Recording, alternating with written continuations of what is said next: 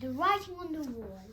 What's going on here? What's going on? Attracted, no doubt, to Malfoy's shout, Argus Filch came shouldering his way through the crowd. Then he saw Mrs. Norris and fell back, clutching his face in horror. My cat! My cat! What's happened to Mrs. Norris? He shrieked, and his popping eyes fell on Harry. You, he screeched, you've murdered my cat. You've killed her. I'll kill you. Argus! Dumbledore had arrived on the scene, followed by a number of other teachers. In seconds, he had swept past Harry, Ron, and Hermione, and attacked Mrs. Norris from the torch bucket.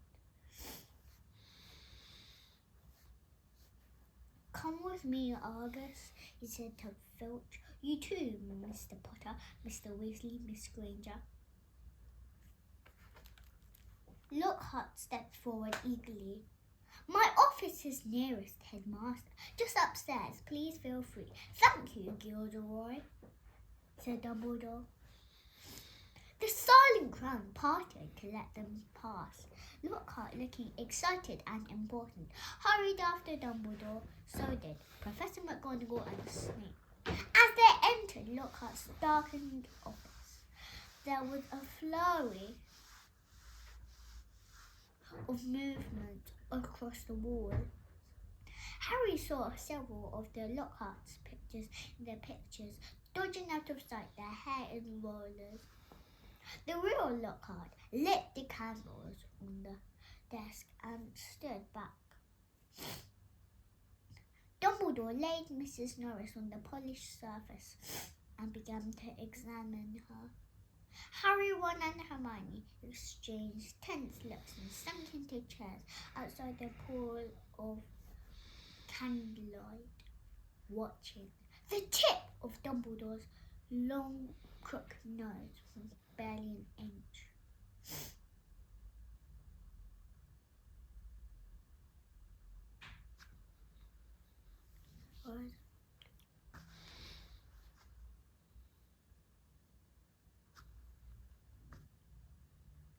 From near Mrs. Norris's fur.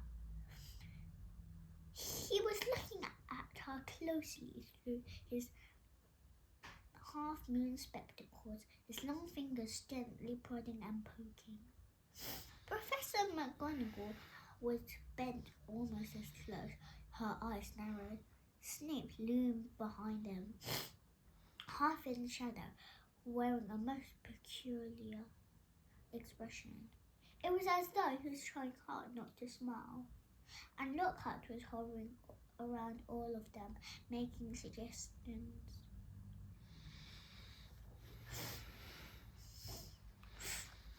I was definitely a curse that killed her. Probably the transmogrifian torture. I've seen it used many times. So unlucky I wasn't there. I know the very counter curse that would have saved her. Lockhart's comments were punctuated by Filch's dry, raking sobs. He was slumped in the chair by the desk, unable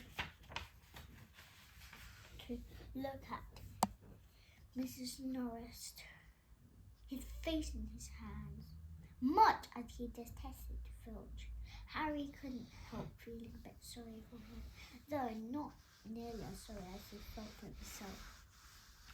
If Dumbledore believed Filch, he would be expelled for sure. Dumbledore is now muttering strange words under his breath and tapping Mrs. Norris, but nothing happened. She continued to look as though she had been recently stuffed. I remember something that very similar happening in Ouagadougou, said Lockhart. A series of attacks. For the full stories in my autobiography, I was able to provide the townsfolk with various amulets to clear the matter up at once. The photos of Lockhart on the wall were all nodding in agreement as he talked. One of them had forgotten to remove his hairnet. At last, Dumbledore straightened up.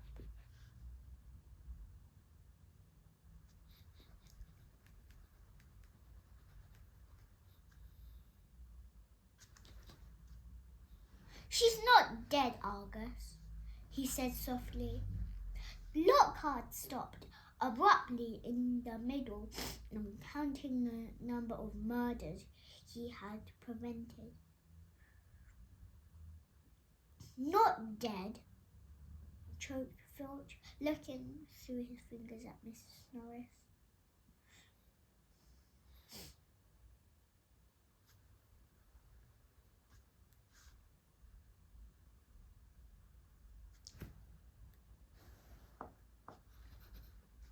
"But why? She's all stiff and frozen. She has been petrified," said Dumbledore. "Ah, I thought so," said Lockhart. "But how? I did not say." "Ask him!" shrieked Filch, turning his blotched and tear-stained face to Harry.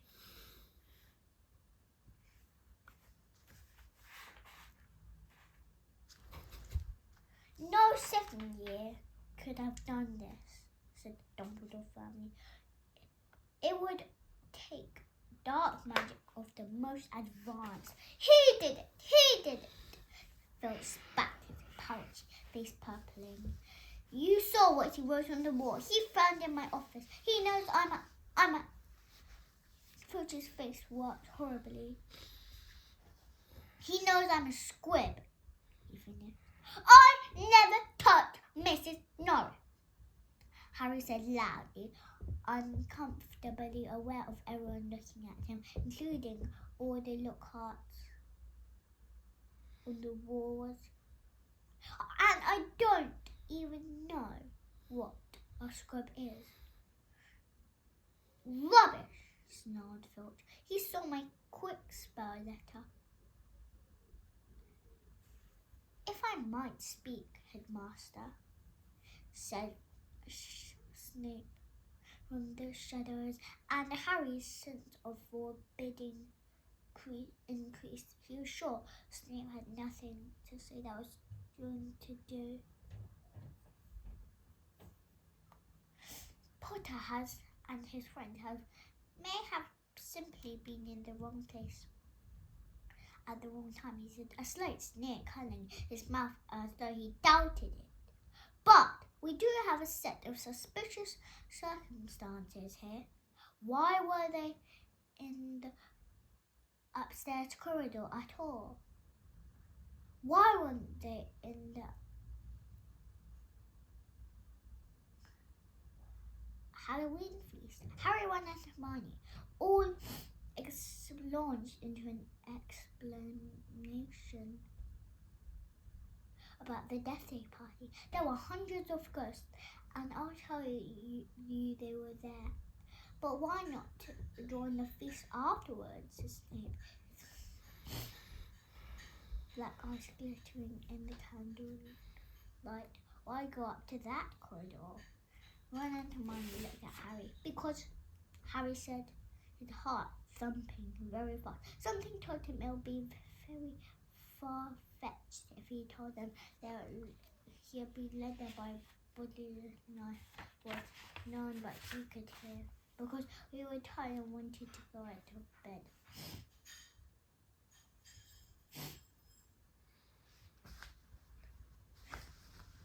"We're without any supper."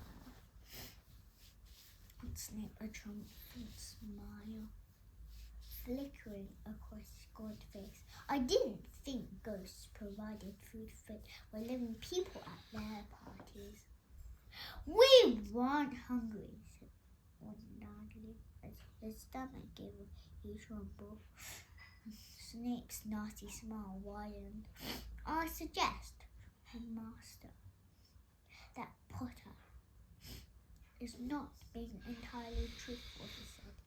It might be a good idea if he were deprived of certain privileges until he is ready to tell us the whole story. I personally feel he should be taken off the Gryffindor Quidditch team until he's ready to be honest.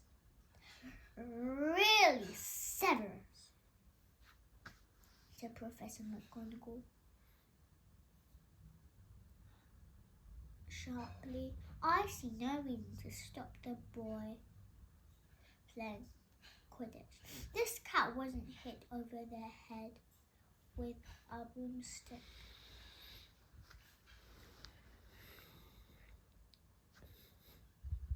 There was no evidence at all that Potter has done anything wrong.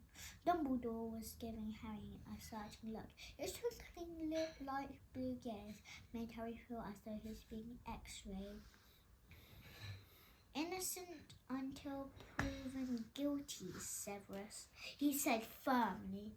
Snape looked furious. So did Filch. My cat has been petrified, he shrieked, his eye popping. I want to see some punishment.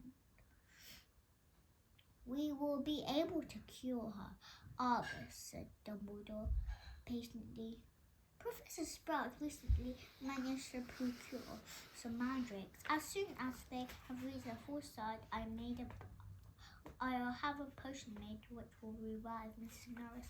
I'll make it. Lockhart butted in. I must have done it 100 times. I could whip up a mandrake restorer. Draw in my sleep. Excuse me, said Snape icily, but I believe I am the potions master at this school.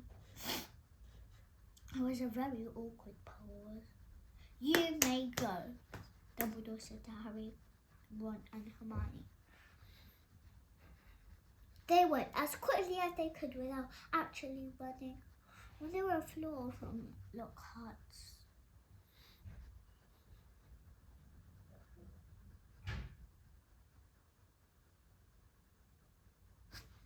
office, they turned into an empty classroom and closed the door quietly behind him. Harry squinted at his friend's startled face. Do you think I should tell them about the voice I heard? No, said Ron without hesitation.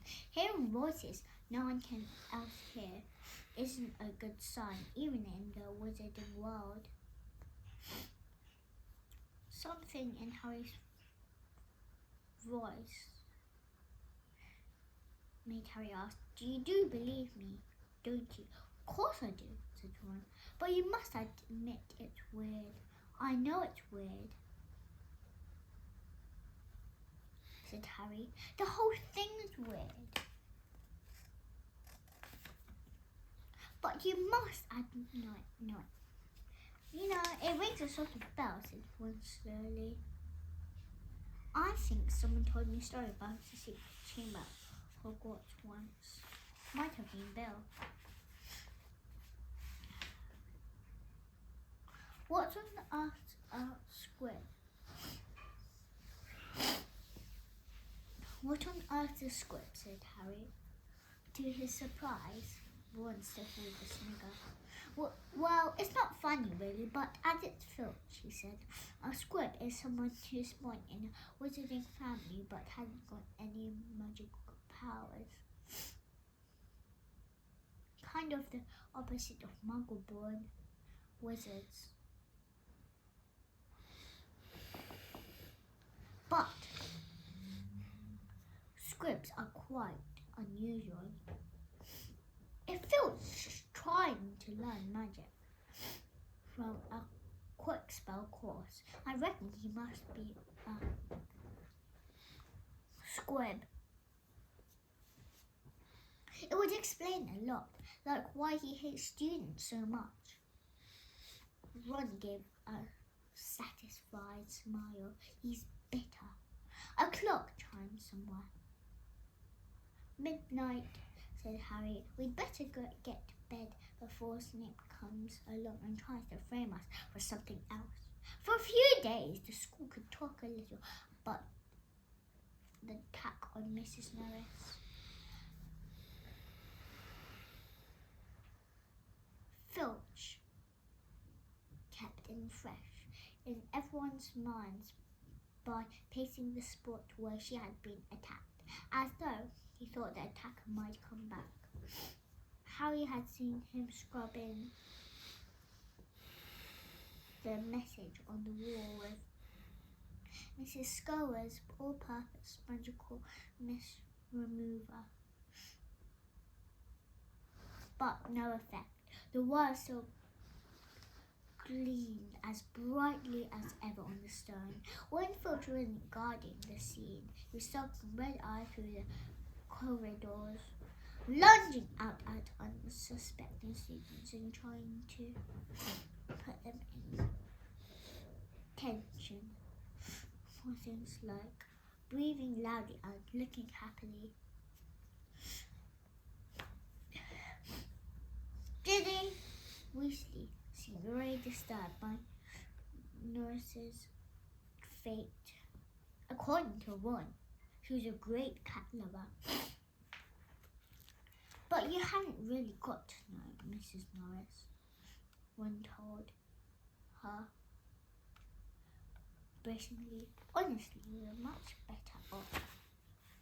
Did you? Ginny's lip trembled. Stuff like this don't often happen at Hogwarts, Ron assured her. The cats and Nut who did it and hung him out for no time. I just hope he got time to petrify the pill before he's expelled. I'm only joking, said Ron after hastily as Ginny blanched.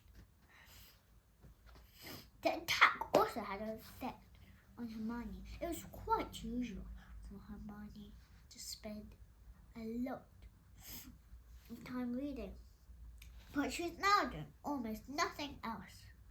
Nor could Harry and Ron get much more response when she asked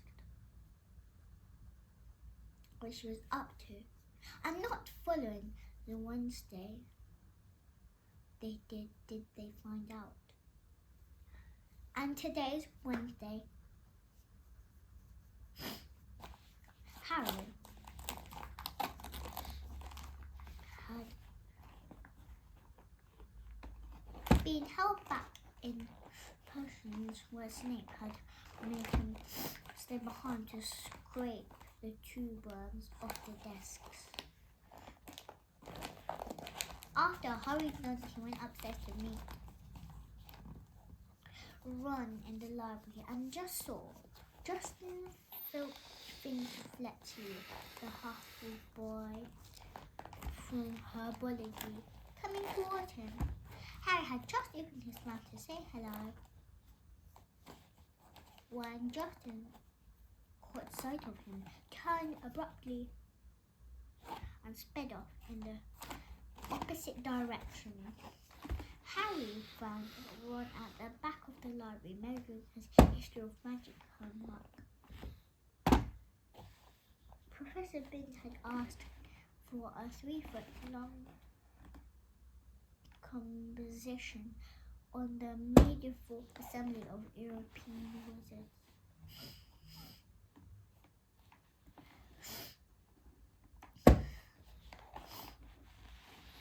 I don't believe it. I'm still 8 inches short, said Ron furiously, letting go of his parchment, which sprung back into a roll.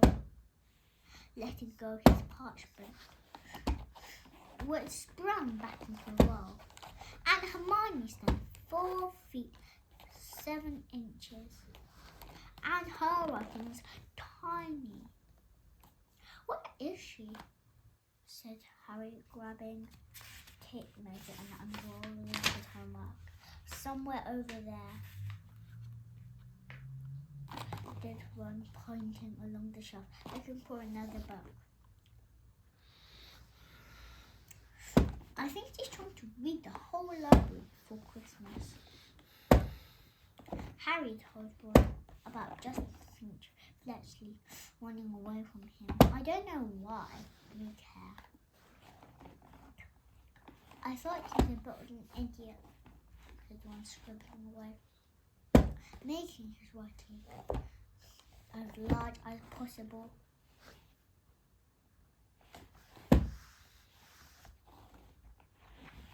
All that rubbish about Lockhart being so great. Hermione emerged from between the bookshelves. She's looking irritable and at last seems ready to talk about them.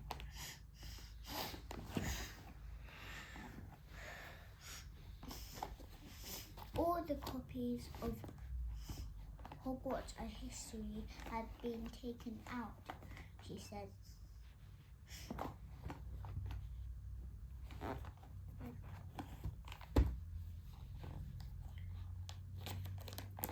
Sit down next to Harry and Ron, and there's a 2-week waiting list. I wish I hadn't left a copy at home, but it couldn't fit in my trunk with all the Lockhart books. Why you want it, said Harry. The reason everyone else wants it, said Hermione, to read up the legend of the Chamber of Secrets. What's that? Said Harry quickly. That's just it. I can't remember, said Hermione, biting her lip. And I can't find the story anywhere else. Hermione, let me read your composition. And Ron desperately checking his watch. I want. You've had 10 days to finish it. I only need another 2 inches. Go on. The bell rang. Ron and Hermione led the way into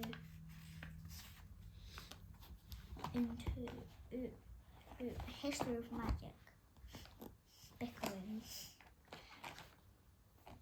History of magic was a dullest subject on their timetable. Professor Binns, who taught it was their only ghost teacher, and the most exciting thing that ever happened in his class was entering his room through the blackboard.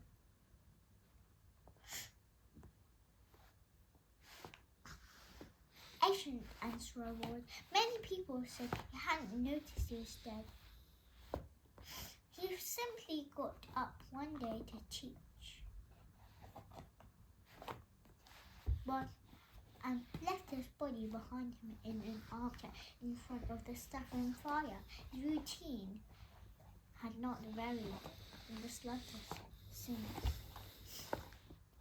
Today was as boring as ever. Professor Binns opened his notes and began to read in a flat drone like an old vacuum clean until nearly everyone in the class was a deep stupor. Occasionally comes Ron long enough to copy it down a name or date, then falling asleep again.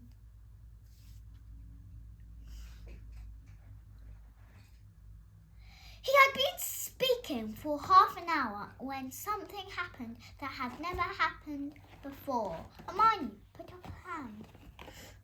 Professor Binns glancing in the middle of a deadly dull lecture on the International Warlock Convention of 1289, looked amazed.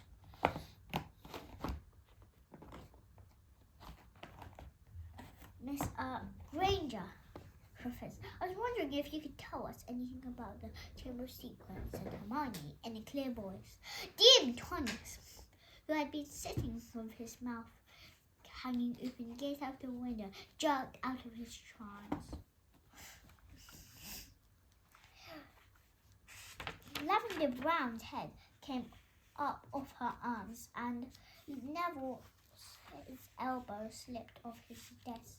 Professor Binns blinked.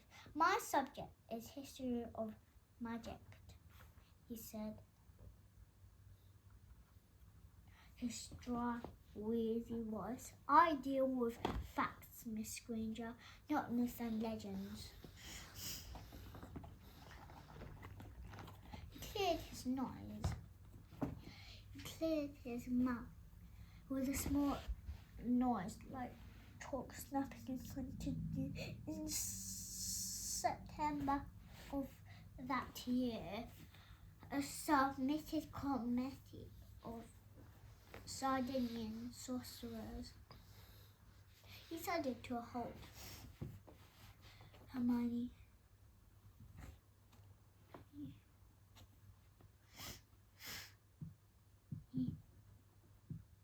His hand was waving in the air again. Miss Grant.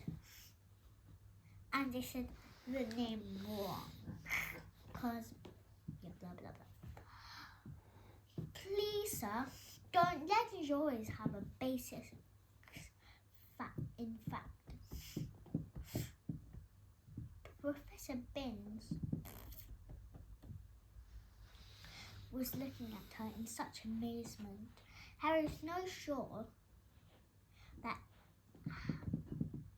no student had ever interrupted him before, alive or dead. Well, said Professor Binns slowly. Yes, one could argue with that, I suppose. He peered at Hermione as though he had never seen a student properly before. However, the legend of which you speak is very sensational, even lucrative still. But the whole class was now hanging on to Professor Binns' every word. He looked dimly at them all, every face turned to his.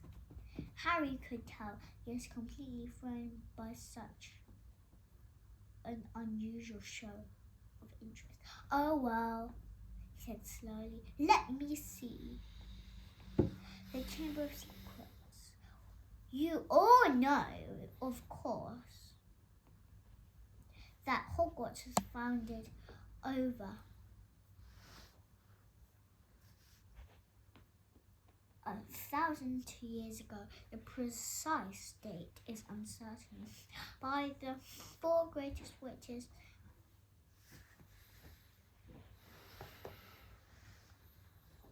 and wizards of the age.